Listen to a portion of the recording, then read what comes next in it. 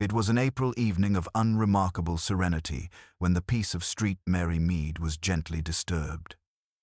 The last light of the day lingered over the fields like a tired sigh, and a fine mist had begun to gather around the railway bridge that curved over the meadow lane. The bridge the children of the village used to whisper about in half-believed ghost stories. They said a woman sometimes walked there after dusk, pale as candle wax, her shawl fluttering as if tugged by invisible fingers.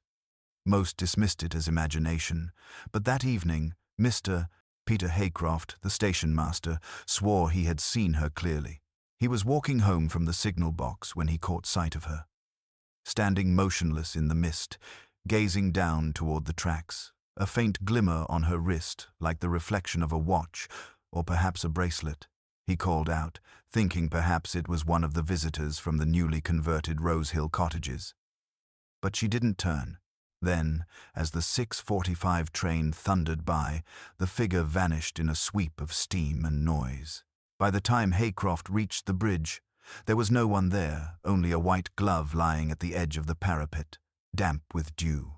By morning, the story had made its way through the village faster than a posted letter.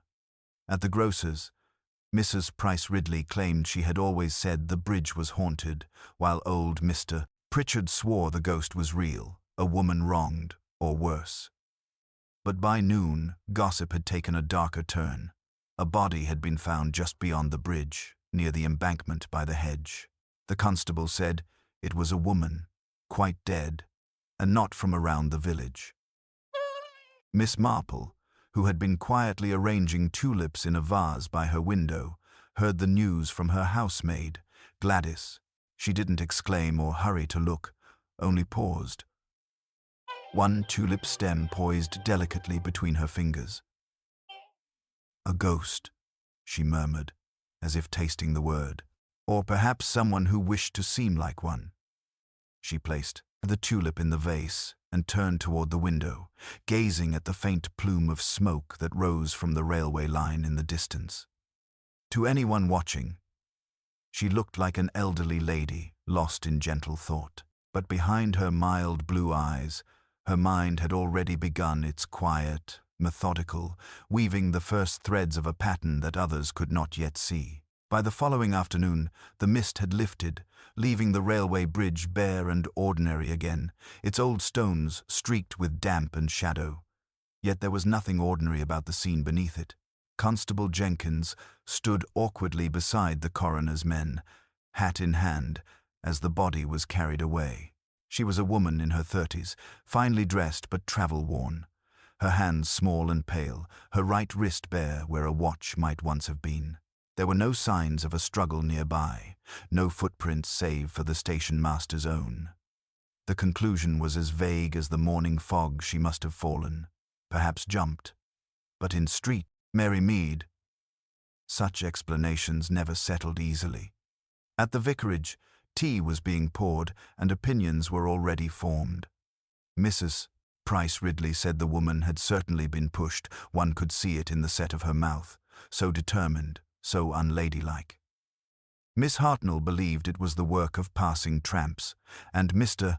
Weatherby, who prided himself on his logic, insisted that ghosts did not leave gloves behind. Miss Marple, seated quietly near the window, smiled faintly and stirred her tea.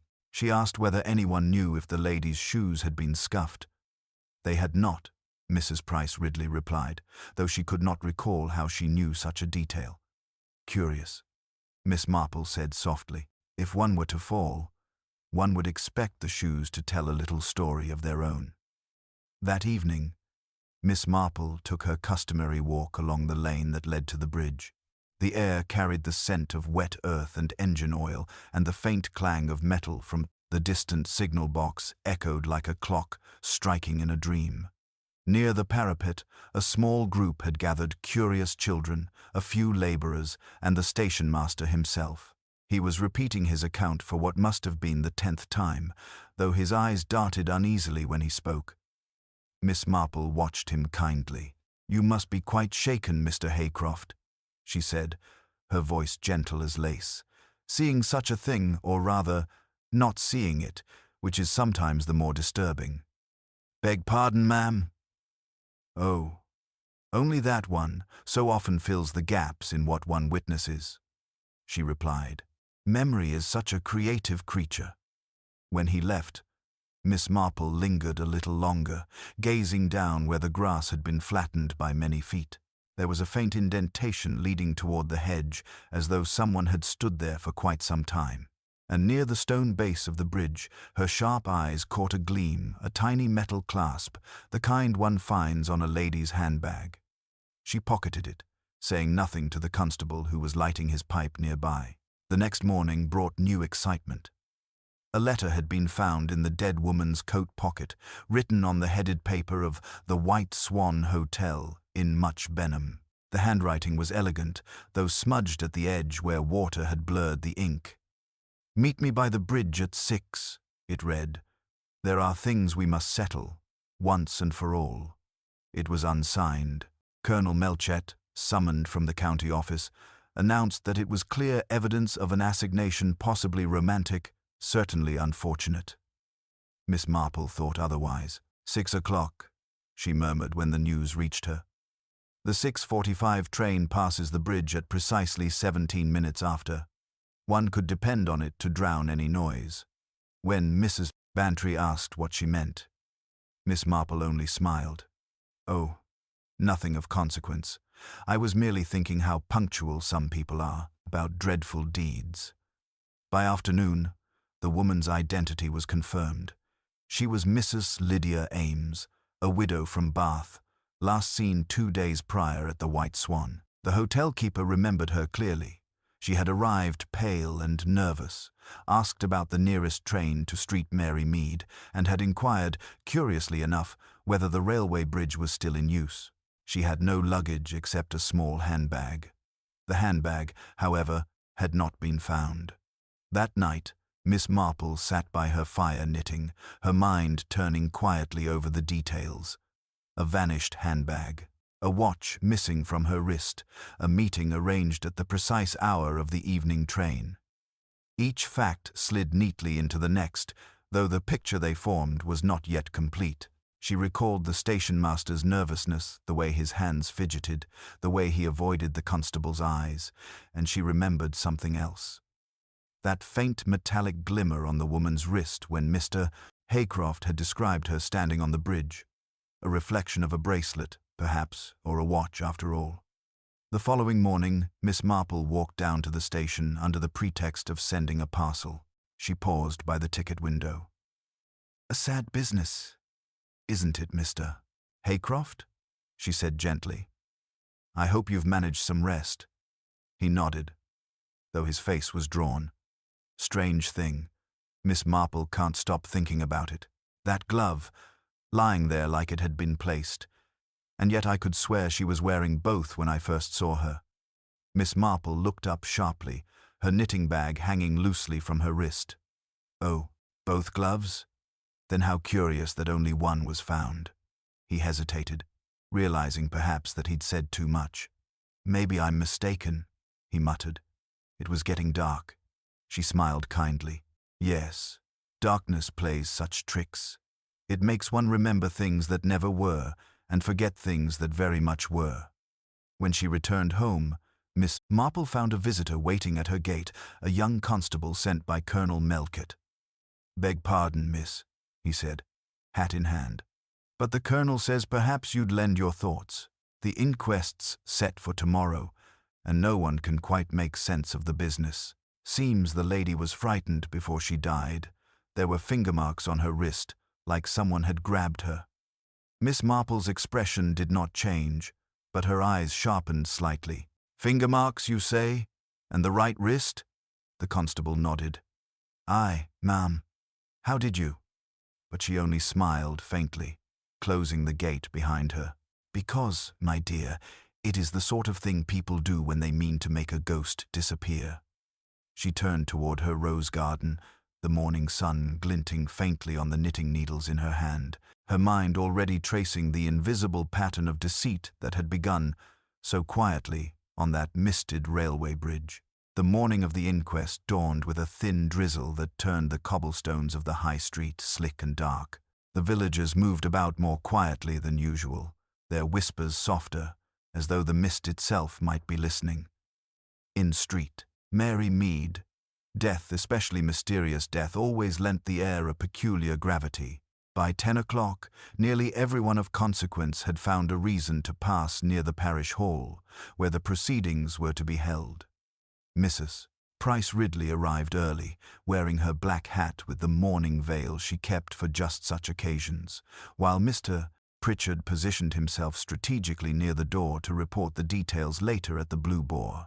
Miss Marple, punctual as ever, slipped in discreetly and took a seat near the back, her knitting resting on her lap.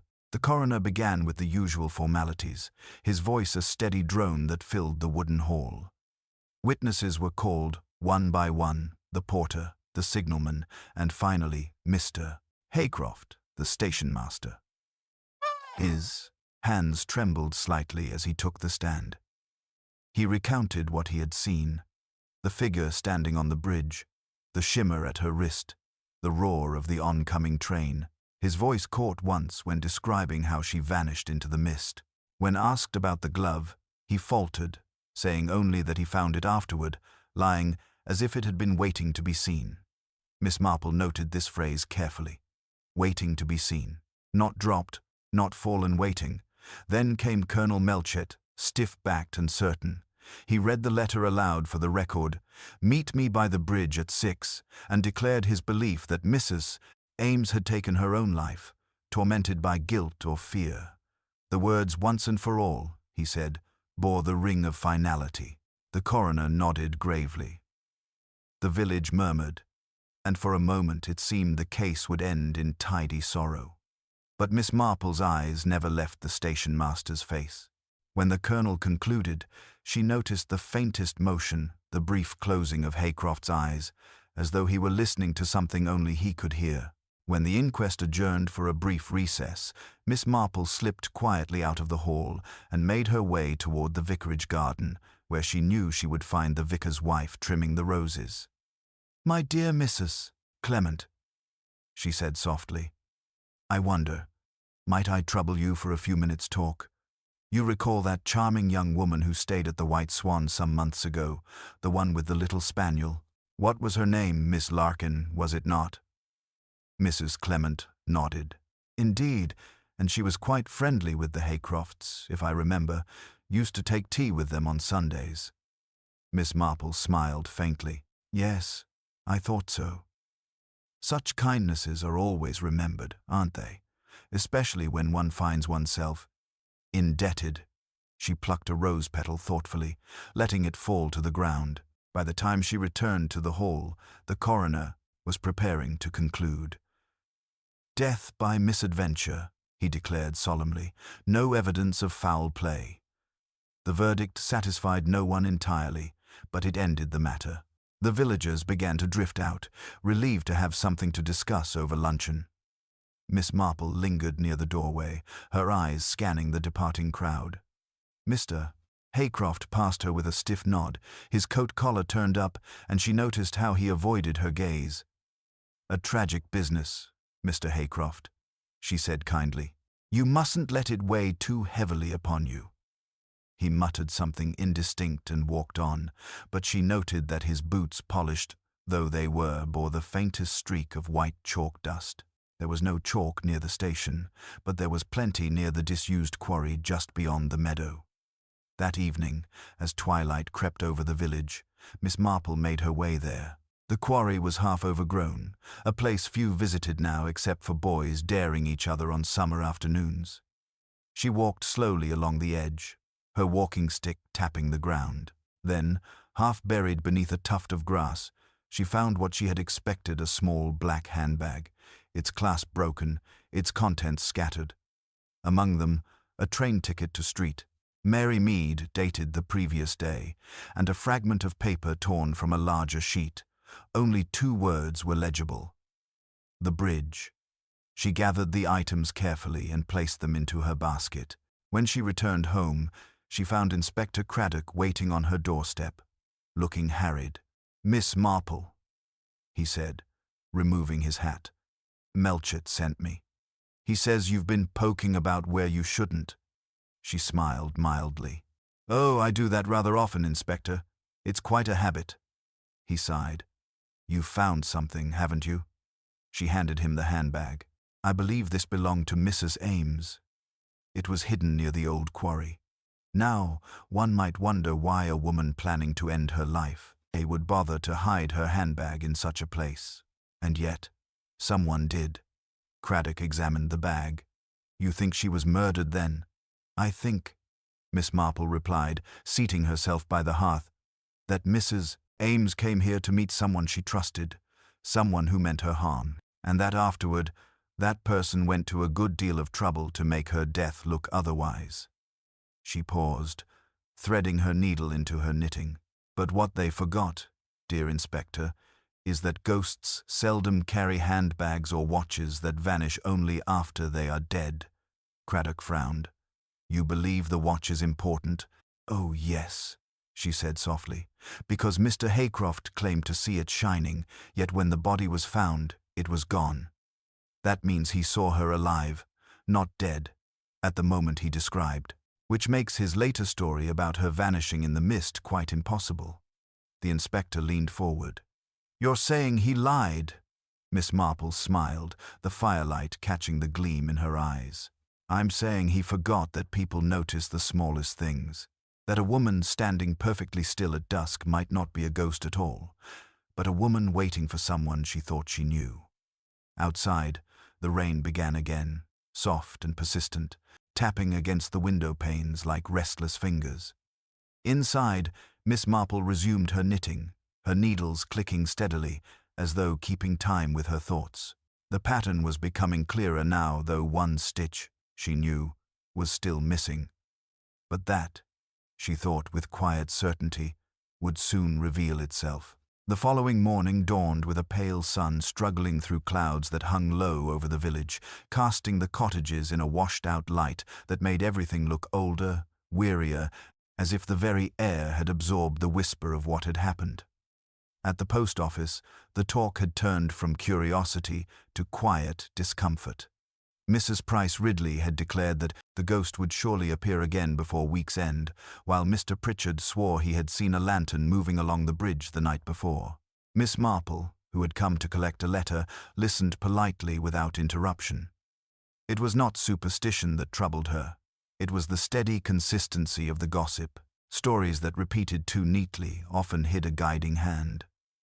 Someone wanted the village to keep looking at the bridge and nowhere else. When she stepped out into the lane, she found Inspector Craddock waiting by the gate, his coat collar turned up against the chill. "Morning, Miss Marple," he said, doffing his hat. "Colonel Melchett's been on my neck since dawn. He's not fond of ghosts, and he likes it even less when an old lady finds more clues than his men." Miss Marple smiled faintly. "I dare say he'll feel better once we find something solid. Have you looked into Mrs. Ames's connections in Bath?" Craddock nodded. "A bit. Seems she'd been widowed 2 years, lived modestly, but not in want. According to her solicitor, she'd withdrawn a large sum from her account last week, almost £200. No one knows what for." Miss Marple's brow creased slightly. £200 is not the sort of money one withdraws to wander into a country village alone. She paused. "And yet, she came. Did you learn whether she was acquainted with anyone here?" Craddock hesitated. "Not officially. But we've reason to think she might have known someone in Much Benham. There's a letter we found among her things, a fragment only, mentions a meeting by the line and signs off with the initials P.H. His tone carried quiet weight. Miss Marple's eyes flickered. "Peter Haycroft," she said softly, almost to herself. "Yes, I rather thought so." They walked together toward the station.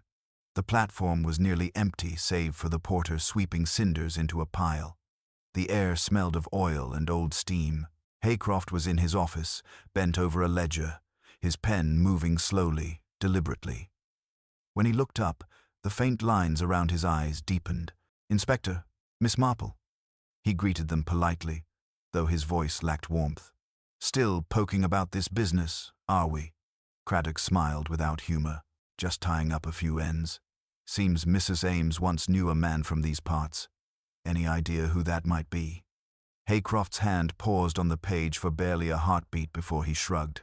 Can't say I do. Lots of people pass through. Miss Marple's gaze drifted around the small office, the tidy shelves, the gleaming brass clock, the window that overlooked the very stretch of track where the woman had died. "You do keep things very neat, Mr. Haycroft," she said pleasantly. "I suppose a man in your position must. So easy to mislay something small like a key, or a watch, or perhaps a piece of jewelry." His shoulders stiffened almost imperceptibly. "I don't know what you mean, ma'am."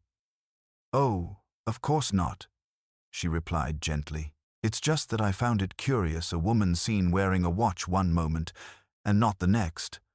I imagine someone must have removed it for safekeeping." Craddock leaned forward slightly. "We'd like to search the signal room, Mr. Haycroft." The station master hesitated, color rising in his face. "There's nothing there to see, Inspector. You've already had your men crawling over it." "All the same," Craddock said evenly. "Humor me." Haycroft's jaw tightened, but he nodded and led them through the narrow door and up the short flight of steps. The signal room was spotless, the levers gleaming in the dim light. Miss Marple moved quietly to the window and looked out over the tracks. Something caught her eye on the sill, a faint, reddish smear, barely visible. She touched it lightly with her handkerchief. "Rust," she murmured. "Or blood, perhaps. The colors can look so alike in poor light." Haycroft turned sharply. "I cut my hand on a bolt last week.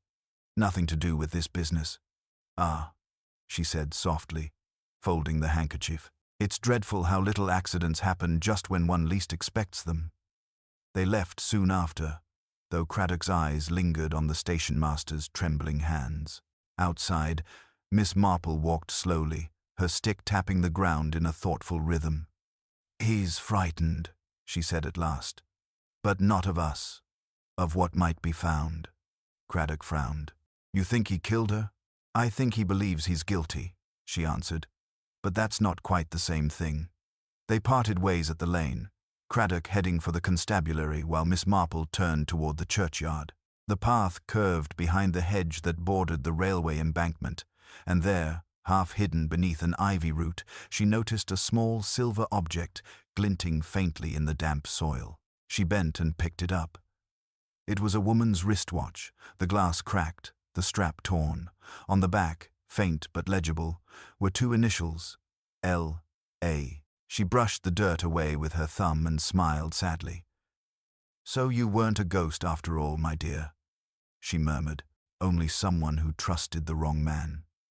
That evening, she visited the vicarage again, bringing the watch wrapped carefully in a handkerchief. The vicar's wife gasped when she saw it. "But that's Mrs. Ames's watch." "I remember it. It had that little dent on the edge from when she dropped it last year." Miss Marple nodded. "Indeed. And now it's found in the churchyard, not by the bridge, which means it was thrown away later perhaps by someone who realized it might prove awkward to explain." The vicar's wife shivered. "Do you think Mr. Haycroft?" "I think," Miss Marple interrupted gently, "that Mr. Haycroft knows more than he's said. But guilt, Mrs. Clement, is a curious thing. It doesn't always belong to the person who carries it."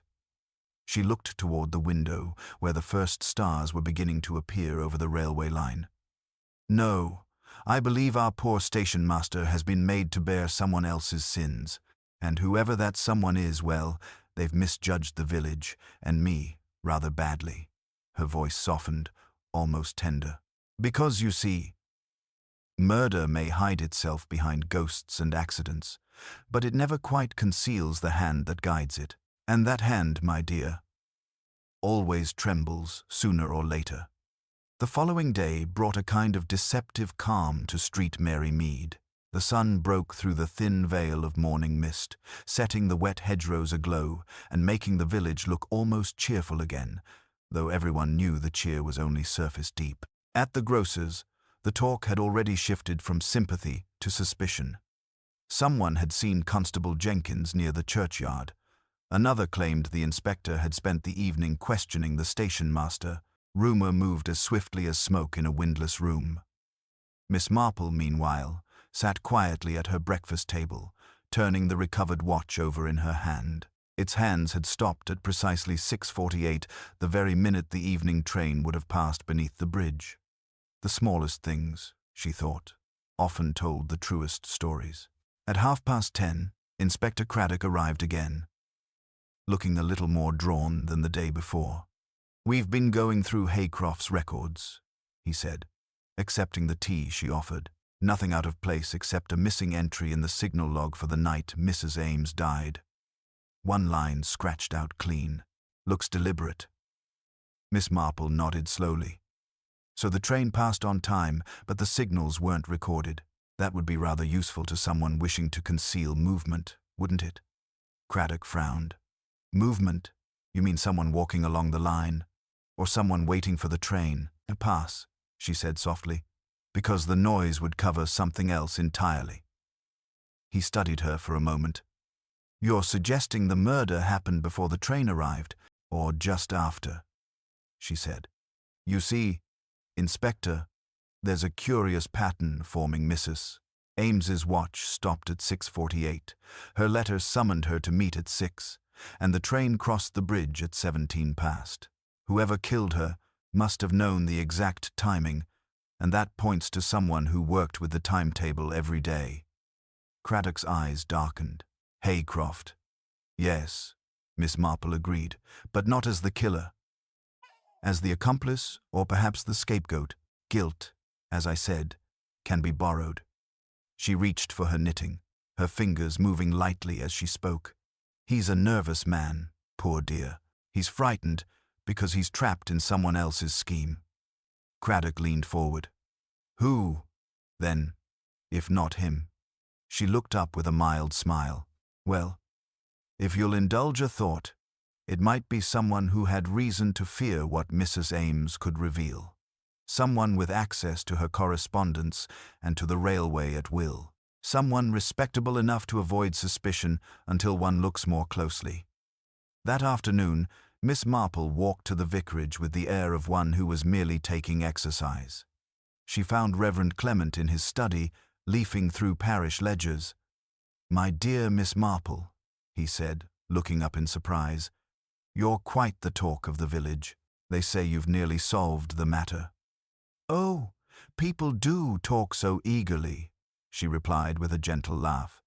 "I only wish to ask whether the church receives many donations from outside Street, Mary Mead." "A few," he said. "Why do you ask?" "Because," she answered, "I happened to notice a ledger page dated 2 days before the incident, recording a contribution from the Railway Benevolent Society, signed by a Mr. P. Haycroft." The vicar blinked. "Indeed it was. He's treasurer for their local branch. Quite conscientious about it." "Yes," she murmured, "and quite unaware, I think, that someone might use his good name for less charitable ends."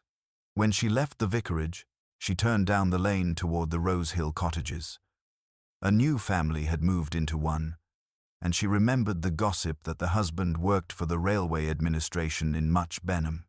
The man, Mr. Carrow, was at his gate, polishing his bicycle. "Good afternoon," Miss Marple said brightly. "I hear you've come to us from Bath. A pleasant town, isn't it? I once knew a Mrs. Ames there." His hand froze for an instant on the handlebars before he forced a smile. "Yes, charming place. Sorry, did you say Ames?" "Can't say I recall the name." "No?" Her tone was mild, almost apologetic. How forgetful of me she spoke so fondly of a Mr. Carrow she'd known, though perhaps it was another Carrow altogether. Such a common name. He laughed, but his eyes darted briefly toward the house. "Well, I've got to be off," he said, mounting the bicycle. "Train to catch." As he pedaled away, Miss Marple noted the faint dust on his trousers, the same white chalk she had seen on Haycroft's boots. That evening, she sent a note to Inspector Craddock, asking him to meet her by the railway bridge at dusk.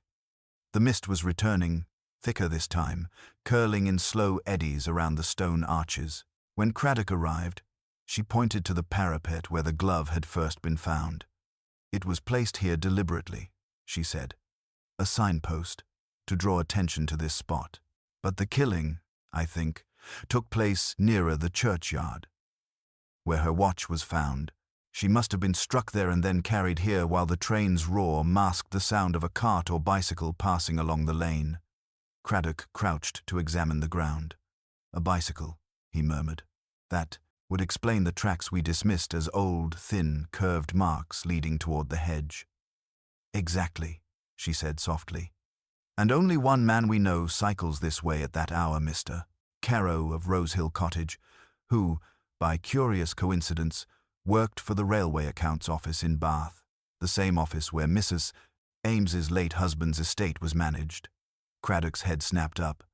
"You think she found something embezzlement?" "Possibly," Miss Marple replied.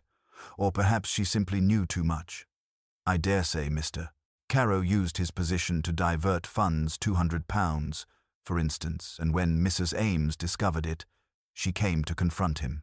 He lured her here under the guise of settling matters, struck her, and arranged the scene to implicate Haycroft, whose signature on the donation ledger provided just enough connection to make suspicion believable."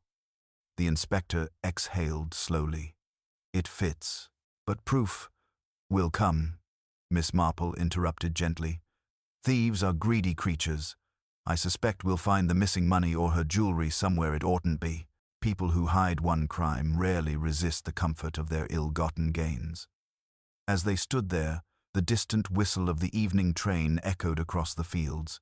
Miss Marple watched the smoke curl upward like a ghost dissolving into the twilight. "Strange, isn't it?" she murmured. "How quickly a haunting vanishes once the living are unmasked." Craddock gave a faint, weary smile. "You've a way of making the ordinary seem rather frightening, Miss Marple." She chuckled softly. "Oh no, my dear Inspector. It's people who make the ordinary frightening.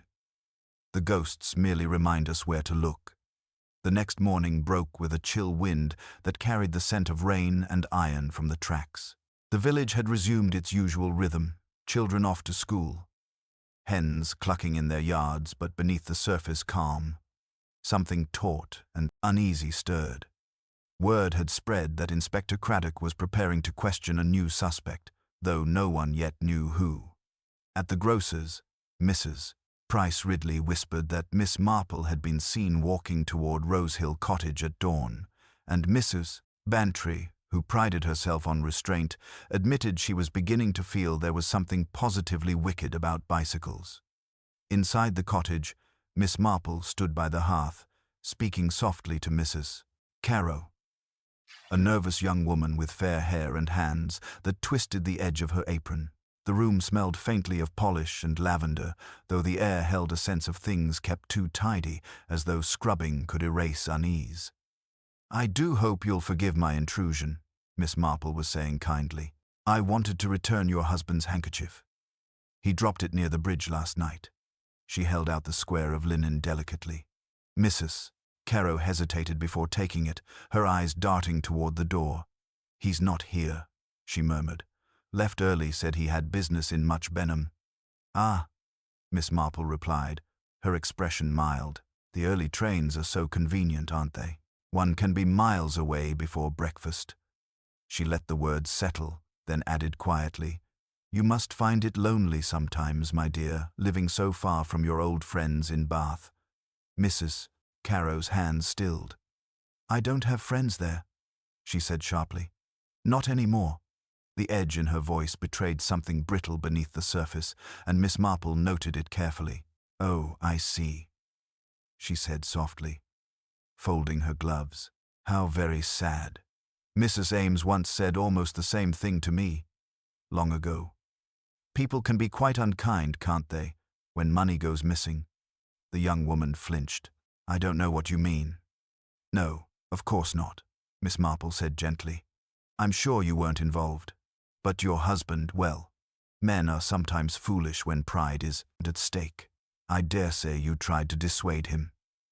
Mrs. Carow's lips trembled, and for a moment it seemed she might speak. Then she only shook her head and turned away, tears slipping silently down her cheek. "He said it would be the last time," she whispered. "He promised me. But she came here, she said she'd found the papers. He couldn't let her go to the police." Miss Marple's voice was soft but steady. "He told you he meant to meet her. He didn't mean to kill her," Mrs. Carrow said in a rush. "He only wanted to frighten her. She said she'd ruin him, that everyone would know what he'd done." He panicked. He didn't even realize she was dead until the train had gone. She sank into a chair, trembling. "He came home shaking. He said the station master would take the blame. Everyone already thought he'd been seen with her. I begged him to tell the truth, but he said it was too late." Miss Marple placed a gentle hand on the woman's shoulder. "It's never too late for the truth, my dear. The sooner it's spoken, the fewer ghosts it leaves behind." She rose quietly, her expression grave. "I think it best you come with me to the inspector. It will be kinder if he hears it from you first."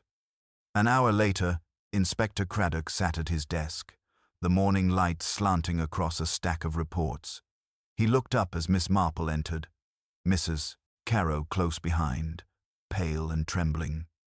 Craddock's brows lifted. "Well, this is unexpected. Mrs. Carrow has something she wishes to tell you," Miss Marple said. The young woman's confession came haltingly but clear enough. Her husband's theft from the railway accounts, his desperate attempt to silence Mrs. Ames, the fatal scuffle by the churchyard hedge, and his decision to move the body to the bridge while the 6:45 train masked the sound of the cart wheels. When she finished, the silence in the room was thick. Craddock leaned back, his voice low. "We'll need to find him before he gets too far." Miss Marple nodded. "He's gone to Much Benham, I believe, though not by train. The bicycle is his habit, and there's only one road that leads there. We'll take the motor at once." As they hurried out, Miss Marple remained by the window, watching the wind ripple through the hedgerows. There was no triumph in her expression, only a quiet, weary understanding. By late afternoon, word reached the village that Mr. Carrow had been found near the quarry, his bicycle abandoned, his clothes muddied from rain. He hadn't resisted. He had simply sat down on the embankment, as though waiting for someone. When Craddock returned that evening, his face was set and tired. "It's over," he said simply. He confessed, said he never meant to kill her, that she fell against the stone, claimed he hid her watch and handbag to make it look like robbery. The rest was panic. Miss Marple poured tea without a word, then said softly, "Panic has a way of writing the worst endings." Craddock studied her for a moment. "You knew, didn't you? From the start." She smiled faintly. "Not knew, dear Inspector. Only suspected. The patterns of behavior are often clearer than fingerprints." The station master's fear was honest, his confusion genuine. But Mr. Carrow, his story had too few questions in it. People who lie are always a little too certain. Outside, the first raindrops began to fall again, drumming softly on the roof. Craddock stared into his cup. "I don't suppose you believe in ghosts, Miss Marple." She looked toward the window, where the mist was gathering once more along the tracks. "Oh, I do," she said gently, "but not the kind that haunt bridges. The real ghosts are the things people bury inside themselves, the truths they try to hide. Those are the ones that linger." The following morning, the bridge was empty again, the mist lifting slowly to reveal its ordinary stones. Children crossed it on their way to school, laughing, their voices bright against the damp air. The glove was gone. The mystery resolved. Yet something in the silence seemed different, cleaner, almost lighter. Miss Marple, standing at her window, watched the smoke of the morning train drift upward like a final sigh. She turned away and resumed her knitting, her needles clicking softly in rhythm with the ticking clock, as if restoring order to the small world that had briefly slipped from its quiet course. By evening, the news of Mr. Caro's arrest had spread through Street Mary Mead like ripples through still water. Yet, as with all ripples, they soon reached the edges of curiosity and began to distort. Some said Mrs. Caro had known everything and kept silent out of love. Others whispered that Miss Marple had known all along and allowed the inspector his triumph. But Miss Marple herself, sitting quietly by her fire, knew that the case was not yet entirely at rest. Truth, she reflected, was rather like dust. It settled only when all the footsteps had ceased, and there were still a few faint marks left to follow. A knock came at the door. It was Inspector Craddock, looking more thoughtful than before, his coat damp from the persistent drizzle. "Forgive the intrusion," he began, "but something's troubling me. The evidence fits neatly, too neatly. Caro's confession, the bicycle, the theft, it all ties together. But one thing doesn't." He took the chair opposite her, leaning forward. Why move the body to the bridge at all? If it was panic, he could have left her where she fell. Why take such a risk? Miss Marple's needles paused mid-click. "Because, Inspector, panic does not always act alone. It often keeps company with persuasion. I think Mr. Caro may have had help, or at least encouragement." Craddock frowned. From whom? From someone clever enough to realize that the scene, properly arranged, could point to another, the station master, for instance. He stared at her, realization dawning slowly. "You mean Haycroft might have known?" "Not known," she said softly. "Suspected, and someone, sensing that suspicion, made sure he would remain silent through fear. You see, I've always found Mr. Haycroft's behavior curious. His trembling, his insistence on having seen the woman's wrist shine in the mist. It felt rehearsed, almost as though he were repeating a story given to him." Craddock rubbed his temple. "So, there's more to dig out. We still have him under watch. Perhaps it's time I pay another visit." "Do," said Miss Marple, smiling faintly. "And be kind. Frightened men remember more when they are gently asked." Later that evening, Craddock returned to the station and summoned Haycroft. The man looked worn, his eyes hollow from sleepless nights. When the inspector mentioned Caro's confession, Haycroft sagged with visible relief. "Then it's finished," he muttered. "I told you I didn't kill her." "Yes," Craddock said slowly, "but you helped him afterward. You helped him move the body." Haycroft's head jerked up. "No, I didn't touch her." "Then how did her glove end up on the bridge where you were first to find it?" He swallowed, his Adam's apple trembling. "He told me to keep quiet, that it would ruin the railway if there was scandal. Said it was an accident, that she'd slipped." I thought he meant to report it later. "I didn't know," his voice broke. "I didn't know she was dead until the papers said so." From the doorway, Miss Marple's calm voice drifted in. "You poor man. He used your decency against you, and your silence too."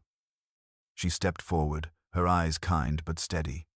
"But tell me, Mr. Haycroft, who was it that came to you that night? It wasn't Mr. Caro, was it? He was too far from the bridge to reach you in time before the train passed." Haycroft's face blanched. "How do you know that?" "Because," she said gently, "Mrs. Caro told us he came home much later, past 7. Someone else spoke to you first. A man you trusted, perhaps even someone from the railway office?" Haycroft hesitated, then whispered, "There was another. Mr. Graves, the inspector from the line, said he'd take care of things. Told me to forget what I'd seen." Craddock stiffened. "Graves? He's been handling the theft inquiry in Bath." "Precisely," Miss Marple said. "And quite conveniently, he arrived in Street Mary Mead the very day Mrs. Ames was killed. I believe he discovered the embezzlement long before she did, and arranged matters so that her knowledge and Caro's guilt would remove each other neatly from his path. Within the hour, the hunt for Mr. Graves was underway.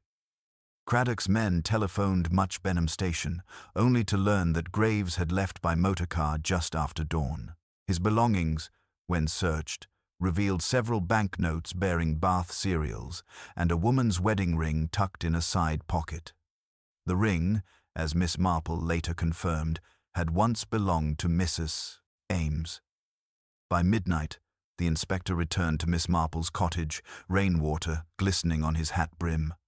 "They've caught him," he said. "Stopped him near Reading. Tried to claim he was on official business, but the notes in his bag were enough. You were right again." She poured tea, unhurried, as if they had been discussing nothing more dramatic than the weather. "Oh, not right," she murmured. "Merely observant. People always show their hand when they try to tidy evil into order. It never fits as neatly as they wish."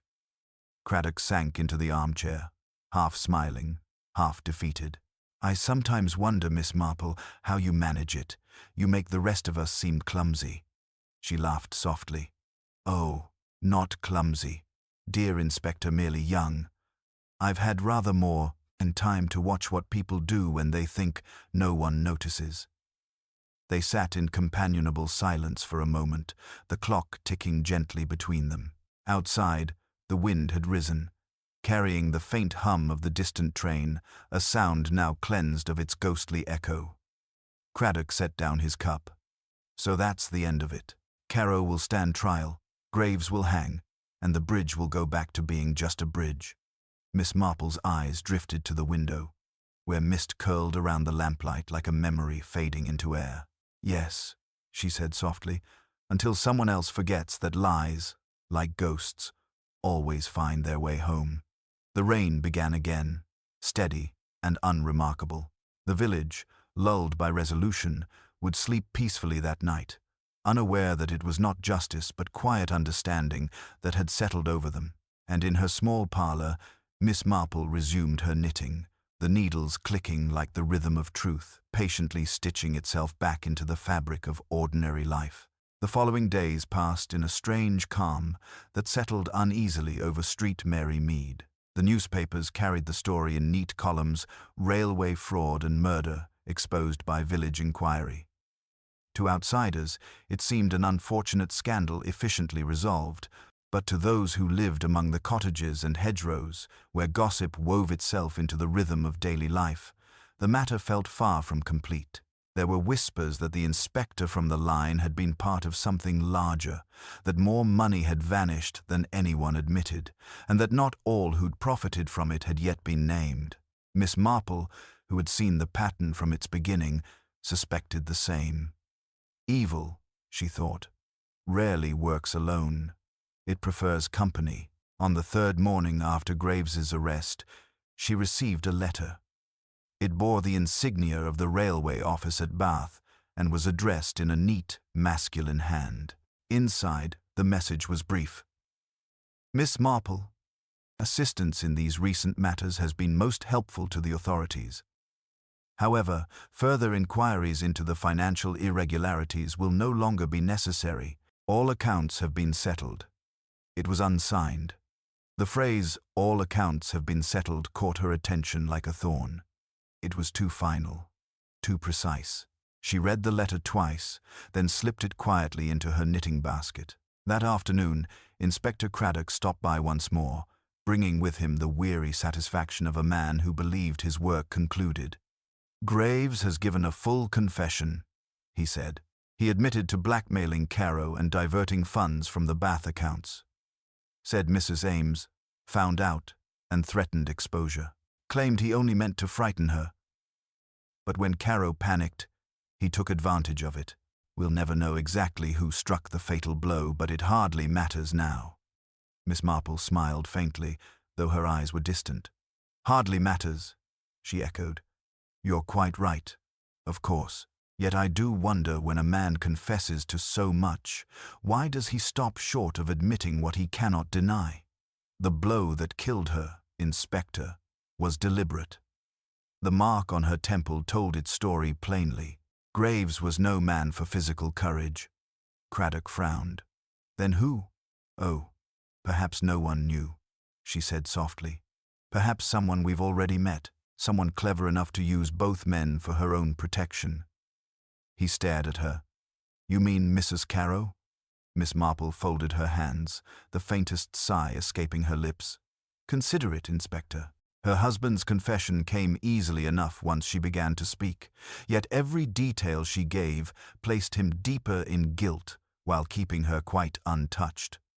She said she begged him not to harm Mrs. Ames, but how conveniently that absolves her. And then there is the matter of the watch. You recall, it was found near the churchyard, buried under ivy roots, too far from where the struggle happened for it to have fallen there by chance. Someone carried it. Someone who wished to hide evidence, but not so well that it could never be found. That kind of careful clumsiness often points to a woman. Craddock leaned back, thinking. If she truly manipulated them, both her husband and Graves, it would make her the most dangerous of the three. "Oh, not dangerous," Miss Marple corrected gently. "Merely desperate. I imagine she discovered what her husband had done, perhaps even helped him at first. When Mrs. Ames arrived to confront them, Mrs. Carrow may have seen ruin closing in. One quick blow in panic, and suddenly the world became simpler until it wasn't. Graves, being the opportunist he was, took advantage and forced her to assist in his scheme, and once he was gone, she was free again. So long as everyone believed she had been nothing but a frightened wife. Craddock rose slowly. "You have a way of turning conclusions upside down, Miss Marple. Evil does like to wear the most sympathetic face, you know." By evening, the inspector had gone, though his mind clearly lingered on her words. Miss Marple, meanwhile, sat by her window as twilight gathered. She watched Mrs. Carrow walking along the lane below, her shawl drawn tightly around her shoulders, her figure moving briskly as though escaping something only she could feel. When their eyes met briefly across the hedge, Mrs. Carrow hesitated, then nodded with a strained smile before vanishing round the corner. The gesture might have been one of gratitude or defiance. Miss Marple could not quite decide which. Later that night, as the rain began once more, a knock came at the cottage door. When she opened it, Inspector Craddock stood there, hat in hand, looking grim. "They've just found something," he said. At Rosehill Cottage, a railway ledger hidden behind the hearthstone entries in Mrs. Carrow's handwriting, false signatures, altered sums. It's enough to tie her to the embezzlement directly. Miss Marple only nodded. "I thought she would keep something close, something that proved she'd once been clever enough to manage it all. People seldom destroy their own handiwork." "She's gone," Craddock said. "Left on the afternoon bus to Bristol. We've already sent word ahead." He hesitated, then added quietly, "You were right again." Miss Marple looked toward the mist-shrouded railway line, where the faint whistle of a distant train drifted like a sorrowful echo. "No, Inspector," she said softly, "only observant. Mrs. Carrow is not the sort to vanish completely. She'll return to Bath, to the life she almost kept. Women like her never stop believing they can tidy away what's broken." The next morning brought the telegram. Mrs. Carrow, arrested at Bath Station, attempted to withdraw money from account under false name. Craddock came by once more to deliver the news, weary but relieved. "She didn't resist," he said. "Said she only wanted to set things right before it all caught up to her." Miss Marple smiled sadly. "Ah, yes. They always say that when it's too late. But at least she's told the truth in the end. That's something." Outside, the village seemed finally at peace. The bridge stood silent, the mist lifted, and the sound of the passing trains was once more only the sound of travel, not of tragedy. Yet, as Miss Marple tidied her knitting away, she paused for a moment and looked out at the fading light. The ghost, she murmured to herself, was never on the bridge at all. It was in their hearts, the haunting that comes when one mistake is followed by another until there's no way back. She drew the curtains closed and let the room fall into quiet shadow.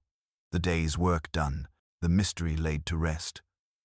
But as the clock struck the hour, its echo mingling with the soft hum of the distant rails. She smiled faintly, as if to herself, knowing that somewhere, behind every ordinary life, another small secret was already waiting to be discovered. The trial came swiftly, as such trials often did when the evidence appeared overwhelming. The newspapers printed photographs of Mrs. Caro leaving the courthouse, her head bowed, her gloved hands clasped tightly before her like a penitent at prayer. The headline called her the widow of deception. Though she was not yet a widow in truth, her husband, now serving a sentence for manslaughter, refused to speak her name. Graves, the corrupt inspector, had taken his own life in prison only a week before the hearing began, leaving behind a confession that painted them all in shades of guilt and self-preservation. The village followed every word with a mixture of fascination and unease, and even those who had once pitied the young wife now whispered that she must have been the cleverest of them all. Miss Marple, however, said very little. She had attended only one day of the trial, sitting quietly in the back, her knitting in her lap, her eyes calm but watchful. When it was over, and Mrs. Caro sentenced to 5 years in prison for fraud and conspiracy, Street Mary Mead seemed to exhale at last. The mist no longer gathered so thickly around the railway bridge. The children once again dared to cross it without whispers of ghosts, and life resumed its soft domestic rhythm. Yet Miss Marple felt that the quiet had come too soon, too easily, as though the world had merely drawn a curtain over something still unresolved. She told herself it was habit. One grew accustomed to the patterns of deceit, but there was a heaviness in her chest that refused to lift. Something in the story still felt wrong, though she could not yet name it. A week after the sentencing, she received an unexpected visitor. It was Mr. Haycroft, the station master, looking thinner and older than before, his hat clutched in both hands. "Begging your pardon, Miss Marple," he began, his voice uncertain. "But there's something I think you ought to see, something I didn't know how to tell the police without making matters worse." He handed her a small parcel wrapped in brown paper. So, inside lay a notebook small, bound in black leather, with a railway emblem pressed faintly into the cover. The pages were filled in a woman's hand. "Found it under the signal box floorboards this morning," he said. "It must have been there weeks, maybe longer. It's Mrs. Ames's, I reckon." Miss Marple turned the pages delicately. The writing was tidy but hurried in places, as though the author had been afraid of being interrupted. Most of it was mundane lists of expenses, household notes, but near the end, the entries changed. The last few pages were written in trembling lines. "He knows. The man from the railway office has been following me. I thought it was Peter Haycroft, but it isn't. Someone else. A tall man with grey eyes. He says he wants to help, but he lies. I think he means to stop me before I reach Street Mary Mead." Miss Marple looked up sharply. "A tall man with grey eyes?" she repeated. That was Graves. Haycroft nodded miserably. "I thought so. But there's something else." He hesitated, then drew a folded letter from his pocket. This was stuck inside the cover. "It's addressed to Mrs. Caro." Miss Marple unfolded it carefully. The letter was short but chillingly direct. "My dear Eleanor, you must not speak to her. She will ruin everything. If she comes to you, promise me you'll say nothing. The money will be ours soon, and no one will ever know." It was signed simply, Peter. Miss Marple whispered, reading the letter again. "Oh, poor foolish man." She closed the book and looked at Haycroft. It seems Mrs. Ames was not the only one deceived. She suspected 2 people, and she was right. Graves followed her for his own reasons, but it was your signature, Mr. Haycroft, that made her trust the wrong woman. He looked bewildered. "You mean Mrs. Caro?" Miss Marple nodded. "Yes, she must have written to Mrs. Ames, pretending to be you, urging her to meet at the bridge. She had access to your correspondence through the railway office, and your initials matched. When Mrs. Ames arrived, Graves intercepted her first, but Mrs. Carrow was there, too, watching, perhaps even helping him. Later, when Graves realized the scandal could destroy him, he turned on her, and so the three of them became trapped in the same deceit, each trying to save themselves. Haycroft's hands trembled. "I never guessed," he said quietly. "I thought she was kind, always asking after my mother. She even brought me soup the night after it happened." Miss Marple's eyes softened. "Yes, dear man. The guilty are often the most considerate. It eases their conscience for a time." She rose, wrapping the notebook once more. "We must show this to Inspector Craddock. It will change nothing in the eyes of the law, but truth, you know, deserves to be known, even when justice has already been done." When Craddock read the entries that evening, he was silent for a long time. "So, in the end, it was all of them," he said finally. "A web of greed and fear, and a woman at the center, clever enough to let two men ruin each other." "Yes," Miss Marple replied softly. "But even clever women cannot keep the past buried forever. It always finds its way to the surface, like this notebook under the floorboards. People think ghosts are made of smoke and memory, but they are really made of truth, waiting to be unearthed." Craddock closed the book and looked at her with a faint, weary smile. "You know, I've stopped asking how you always see what we miss." "Oh, it's quite simple," she said gently, with that familiar glint of amusement in her eyes. "People never change, Inspector. Only the circumstances do." That night, the wind swept through Street Mary Mead with a steady sigh, carrying the scent of the fields and the faint whistle of a distant train. The bridge stood silent beneath the stars, no longer haunted by rumor or fear, only by the faint memory of footsteps that had once crossed it in secrecy. In her little cottage, Miss Marple sat by the fading fire, the black notebook resting beside her chair. She glanced at it once more before turning down the lamp, whispering softly as if to the woman whose words it held, "You were braver than they knew, my dear Mrs. Ames, and at last they will remember you rightly." The fire gave one final crack before settling into embers, and the house fell into the quiet rhythm of night. Outside, the world had returned to its ordinary stillness, but in that stillness, the truth, like Miss Marple's steady hand with her knitting, remained perfectly, peacefully intact. It was a week after the discovery of the notebook when Street Mary Mead finally seemed to breathe again. The winter air had grown gentler, and the evenings carried the faint promise of spring. The lanes were muddy, the hedges beginning to bud. And though the trains still passed with their punctual rhythm, the sound no longer stirred unease in the hearts of those who heard it. Yet for Miss Marple, peace was a thing that only came when the last thread was tied, and she sensed that one small, invisible knot still remained. The case had concluded neatly. Yes, Carrow imprisoned, Graves dead, Mrs. Carrow sentenced, but there lingered a detail she could not dismiss. Something about Mrs. Ames's final journey. She sat by her window that morning, the notebook open before her, rereading its final pages. The last line, "If I do not arrive, it will not be by my choice," troubled her. It implied intent, forewarning, perhaps even fear beyond what the others had caused. The tone of the writing was not merely anxious, it was resigned. Miss Marple closed the book gently and looked toward the railway line beyond the hills. "No, my dear," she murmured softly. "You weren't simply frightened. You were running from something, or someone, we have not yet seen." That afternoon, Inspector Craddock arrived unexpectedly. His face was drawn, his coat still dusted with the pale grit of the road. "I thought you might like to know," he began, "that the Bath police finished going through Graves's belongings. Nothing new, except a few ledgers. But one name caught my eye. Lydia Ames had drawn money under the authorization of a Mr. Leonard Blakemore, one of the directors of the railway company.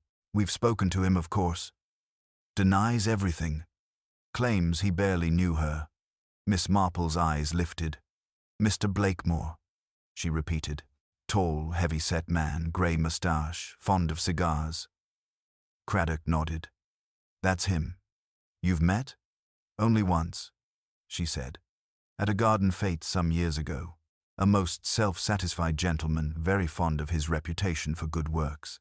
Men like that, she added, rarely permit a scandal to reach their doorstep. She rose and went to the mantel, where a small brass clock ticked evenly. Tell me, Inspector, was there any mention of Blakemore in Mrs. Carrow's letters? He frowned. No. Why? Because, Miss Marple replied quietly.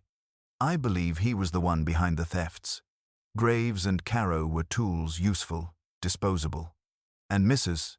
Ames, being rather more perceptive than most, may have discovered the truth. That would explain the sum she withdrew before she died. She was not fleeing with stolen money. She was gathering proof. The funds were bait, meant to expose him. Craddock stared at her, astonished. You think Blakemore ordered her death? I think, she said softly, that when power and reputation are at stake, the line between what a man orders and what he allows can grow very thin indeed. She took her shawl from the back of the chair and wrapped it over her shoulders. If you would be so good, Inspector, I should like to visit the railway offices at Bath tomorrow. One learns far more from a man when one appears merely to admire his efficiency. The next day dawned pale and clear. The train to Bath hissed and steamed as Miss Marple stepped aboard, Craddock beside her. He had insisted on accompanying her, though she insisted she was only a harmless old woman paying a polite call.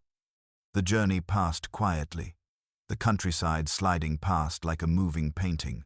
When they arrived, the Bath station gleamed with modern pride, brass fixtures polished, marble floors spotless. Mr. Blakemore's office, at the top of a narrow staircase, was furnished with heavy oak and self-importance. He greeted them with the strained civility of a man cornered, but still pretending it was his choice. My dear lady, he said, rising from behind his desk. I can't tell you what a pleasure it is to meet the mind behind this unfortunate affair's resolution. A dreadful business, tragic, really, but such things are best forgotten once the guilty have paid their dues. Quite right, Mr. Blakemore. Though I always feel it's rather important to understand how things happened. Don't you? It saves so much trouble later on. He chuckled, though his eyes were wary. A practical view. But the matter is concluded, surely. Almost, she said gently. Only one small point. Mrs. Ames's notebook mentions meeting someone in Bath shortly before she travelled to Street, Mary Mead. The description fits you perfectly. She noted your promise to resolve matters quietly. That was kind of you. For a moment, Blakemore's genial mask flickered. Then he laughed, too quickly.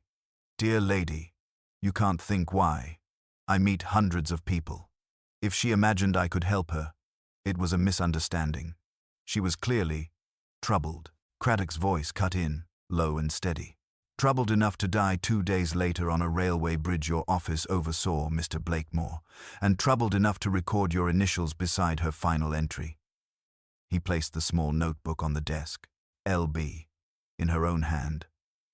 The silence stretched thin. Blakemore's fingers tightened on the arm of his chair, the color draining from his face. You can prove nothing, he said hoarsely. The men responsible are dead or imprisoned. Miss Marple leaned forward slightly, her voice calm, almost kind.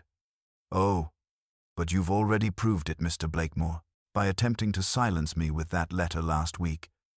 It was very considerate of you to use the railway's own stationery. It made the tracing of the typeface quite easy. Blakemore's mouth opened, but no words came. His gaze flicked toward the door. Craddock stood, blocking his path. The struggle left him then. His shoulders sagged, and he looked suddenly, terribly old. She said she'd expose me, he muttered. Said the company deserved to know. I only meant to delay her to make her miss her train. Graves went too far. I couldn't stop it once it began. Miss Marple's expression softened with a sorrow that was almost pity. Evil rarely begins with intent, Mr. Blakemore. It begins with convenience, and convenience, once chosen, becomes habit. When it was over and Blakemore was taken away, she stood by the office window for a long moment, watching the trains glide in and out of the station like clockwork. "Strange, isn't it, Inspector?" she said quietly. "How many lives depend upon keeping to a timetable, and how many end because someone does?" Craddock nodded, his respect deep and wordless. On the return journey, the countryside slipped past once more, the fields golden with late afternoon light. Street Mary Mead awaited them, unchanged and peaceful, as though the great world of deceit and greed had never touched it. Yet Miss Marple knew that evil never came and went, it merely rested, waiting for another train, another passenger, another moment of human weakness to invite it in. She smiled faintly to herself as the church spire came into view. "Still," she murmured, "the world does have a way of setting itself right again, given time, and one must always be grateful for that." The whistle sounded, soft and distant, as the train drew homeward through the fading light. The return to Street Mary Mead was quiet, but not in the restful way one might have hoped. Though the air was still, and the lanes wore their usual calmness, something in Miss Marple's mind would not settle. She had spent a lifetime watching patterns of behavior, of deceit, of small human inconsistencies, and she knew when a story had not yet reached its true end. Mr. Blakemore's arrest had tied together the threads neatly enough for official satisfaction. The inspector was content. The newspapers praised the remarkable collaboration of local intuition and police efficiency, and the railway company moved swiftly to restore its reputation. But Miss Marple knew that human motives, unlike timetables, rarely ran to schedule. They tangled, frayed, and sometimes looped back upon themselves. She sat by the fire that evening, the faint ticking of the clock marking each quiet moment. Outside, the wind rustled the ivy against the window pane. Her tea had gone cold by the time she noticed the envelope lying on her writing desk. She did not recall hearing the post, nor had she seen anyone at the gate. It was unmarked, the handwriting unfamiliar, large, deliberate, and written in a firm hand that betrayed neither fear nor haste. She opened it carefully. Inside was a single sheet of paper bearing 5 words, "You have not finished yet." There was no signature. Miss Marple studied the words for a long time. They were written in ink, slightly smudged at the edges, as though from damp or trembling fingers, yet the strokes themselves were measured. The paper, faintly scented with tobacco, reminded her of something she couldn't quite place. She folded it, slipped it into her pocket, and stared into the fire. "No," she murmured. "Perhaps not." The following morning she took her usual walk through the village. It was one of those deceptively mild February days when the frost hides in the shade but the sunlight hints at warmth. She stopped by the post office under the pretense of buying stamps, though what she really sought was information. Mrs. Price Ridley, ever eager to oblige, leaned conspiratorially over the counter. "Strange thing," Miss Marple, young lad, said he saw a motor car up by the station road last evening, black with Bath plates, no one he recognized. Stopped near your lane for a moment, then drove off toward Much Benham. "Perhaps someone paying a call?" Miss Marple smiled politely. "Perhaps," she said, though her mind was already elsewhere. That night's letter had not been a prank. Whoever sent it knew too much and feared too little. Later that day, she visited Inspector Craddock at his temporary office in Much Benham. He was surrounded by reports, clearly not pleased to see another puzzle. "You've a look about you," he said, half teasing. "That look that means peace and quiet have fled the parish again." Miss Marple took a seat, removing her gloves with deliberate care. "Inspector, have you considered whether Mr. Blakemore acted entirely alone, or whether someone else may have wished for Mrs. Ames's silence just as much as he did?" Craddock frowned. He confessed. Said he arranged everything with Graves, letters, money, all of it. "Yes," she said softly, "but men like Mr. Blakemore are very good at confessing to half-truths. They measure guilt like ledgers, debits they can afford to settle, credits they prefer to ignore." Craddock leaned back. You think there's someone else? I think, she replied, that whoever sent me this note wishes me to believe so. She handed him the letter. He read it once, then again, his jaw tightening. Bath paper, he said. Heavy stock, commercial grade. Could have come from any number of offices. Indeed, she murmured. But the smell of tobacco, something particular. A blend from Graves's office. Turkish leaf, rather rare. Craddock looked up sharply. You're suggesting he isn't dead? Miss Marple's gaze was steady. I suggest we make certain. 2 days later, confirmation came by telegraph. Graves's body had been buried after an inquest in haste, identified only by uniform and documents found on him. The face, burned beyond recognition after what was thought a suicide by fire. But the dental records, hastily verified then, were never compared properly. Craddock's expression was grim when he returned with the report. So it's possible the body wasn't his. Possible, Miss Marple said quietly, and likely. A man like Graves would have planned his disappearance with precision. Death can be a most useful disguise. That evening, as dusk fell across the village, she sat again by her window, watching the slow plume of smoke rising from the distant train. The rhythmic sound of its wheels echoed faintly over the fields, a steady pulse of inevitability. She had the unsettling sense that the story had circled back upon itself, that what had seemed resolved had only been cleverly disguised. When the knock came at her door, it was soft but deliberate. She opened it to find a stranger, a tall man in a dark coat, hat low over his eyes. Miss Marple? His voice was polite, measured. I'm sorry to intrude. I believe you knew my brother. She hesitated. And who might your brother be? Philip Graves, he said. He died some weeks ago. She motioned him inside, though her pulse quickened. He was older than Graves, by a few years perhaps, his manner calm, though there was something in his eyes, something that did not quite match his words. I've come from Bath, he continued.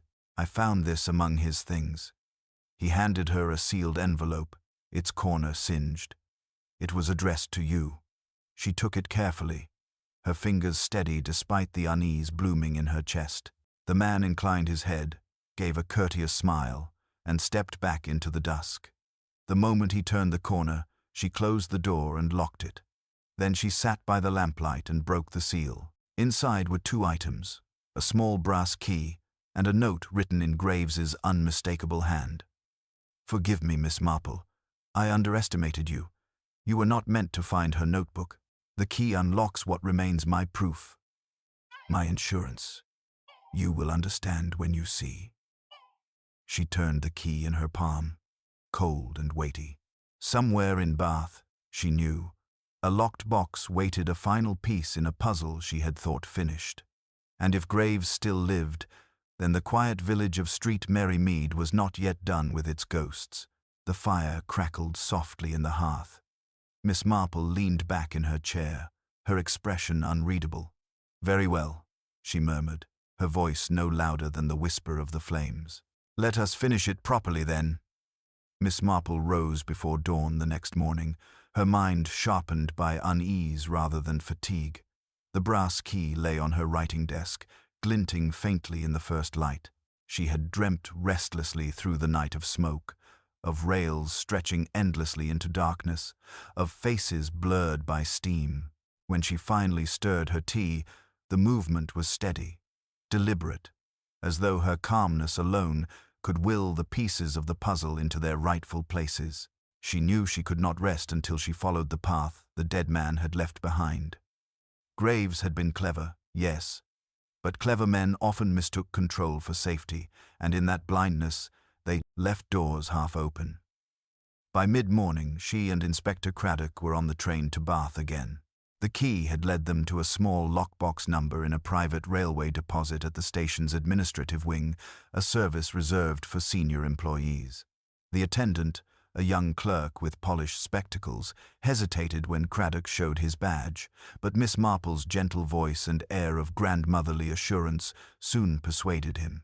The box, narrow and iron-bound, opened with a reluctant click. Inside lay a stack of folded papers, a ledger, and one sealed envelope bearing a familiar initial L.B. Craddock lifted the envelope first and glanced at Miss Marple. She nodded, and he broke the seal. The letter was written in Blakemore's crisp, formal hand. To be delivered to Mr. Philip Graves should any inquiry arise. The financial matters between us are concluded. I trust your discretion will remain absolute. Craddock exhaled slowly. So, they worked together after all, an unholy alliance between greed and self-preservation. But Miss Marple's gaze was fixed on the papers beneath. She drew them out carefully, spreading them across the desk. The first few sheets were bank statements, proof of diverted funds from the railway's pension trust. Then came something more sinister, a letter from Graves himself, unsent, addressed not to Blakemore but to Mrs. Ames. The ink had run slightly, but the words were clear. You were right about Blakemore. He intends to place the blame upon me. I can protect you if you meet me. Come to the bridge before dusk, and we'll set it right together. Miss Marple's breath caught. He lured her himself, she murmured. Poor woman, she must have thought she'd found an ally at last. She folded the letter gently, and afterward, when she was gone, he saw an opportunity. He let Caro and Blakemore shoulder the blame, and when suspicion turned toward him, he faked his death and slipped away. Craddock rubbed his brow. But why send you that key? Why draw attention now? Because, she said softly, men like Mr. Graves can never quite resist the vanity of confession. He wished to be remembered as the one who controlled it all, the puppeteer behind the curtain. Even in hiding, he longed to be admired. They took the evidence to the Bath Constabulary at once, and by evening, the search for Graves had begun anew. He had been sighted, they learned, boarding a freight train bound for Bristol under an assumed name. A week later, word reached them that a man matching his description had been found at a small port town along the coast, dead, this time for certain. No struggle, no violence, only a bottle of laudanum beside the bed, and a brief note, I should have stayed dead. When Miss Marple heard the news, she said nothing for a long while. Then she closed her knitting bag, rose, and walked to the window. Outside, the world had softened into the quiet hues of early spring, the faint scent of rain, the caw of rooks over the churchyard, the fields stretching pale and peaceful beneath the sky. Poor creature, she said finally. He built his web too cleverly, and when he found himself caught in it, he chose the only escape he understood. Inspector Craddock, who had come to deliver the message, looked at her with quiet admiration. You always seem to see pity where the rest of us see guilt, he said. Miss Marple smiled faintly. Oh, I see guilt as well, my dear Inspector, but I've lived long enough to know that guilt and sorrow are rarely strangers. That night, she walked once more to the railway bridge, alone. The air was cool, the mist rising softly from the fields. The stones beneath her feet were damp, but the place felt different now, emptied of its menace. Its ghosts laid to rest at last. She paused at the parapet, her gloved hand resting where once the white glove of the dead woman had lain. The sound of an approaching train drifted through the dark, low and distant. She waited as it passed beneath her, its rhythm echoing like a heartbeat fading into the horizon. When the last car disappeared into the night, silence fell, deep and unbroken. In that silence, she felt it, the subtle shift of the world righting itself once more. Justice, imperfect but inevitable, had taken its course. She smiled to herself, small and contented, and turned back toward the village lights. Tomorrow there would be tea with Mrs. Bantry. Talk of gardens and roses and the coming spring. The world, after all, always returned to its small, ordinary habits, no matter what shadows had passed through it. As she reached her gate, the church bell tolled the hour, calm and familiar. Miss Marple looked up at the sky, the stars clear and sharp above the fields, and whispered, almost tenderly, "Good night, Mrs. Ames." Then she entered her cottage, closed the door, and let the quiet envelop her. The fire burned low, the clock ticked softly, and the railway in the distance hummed its eternal rhythm, steady, endless, and at peace. The end.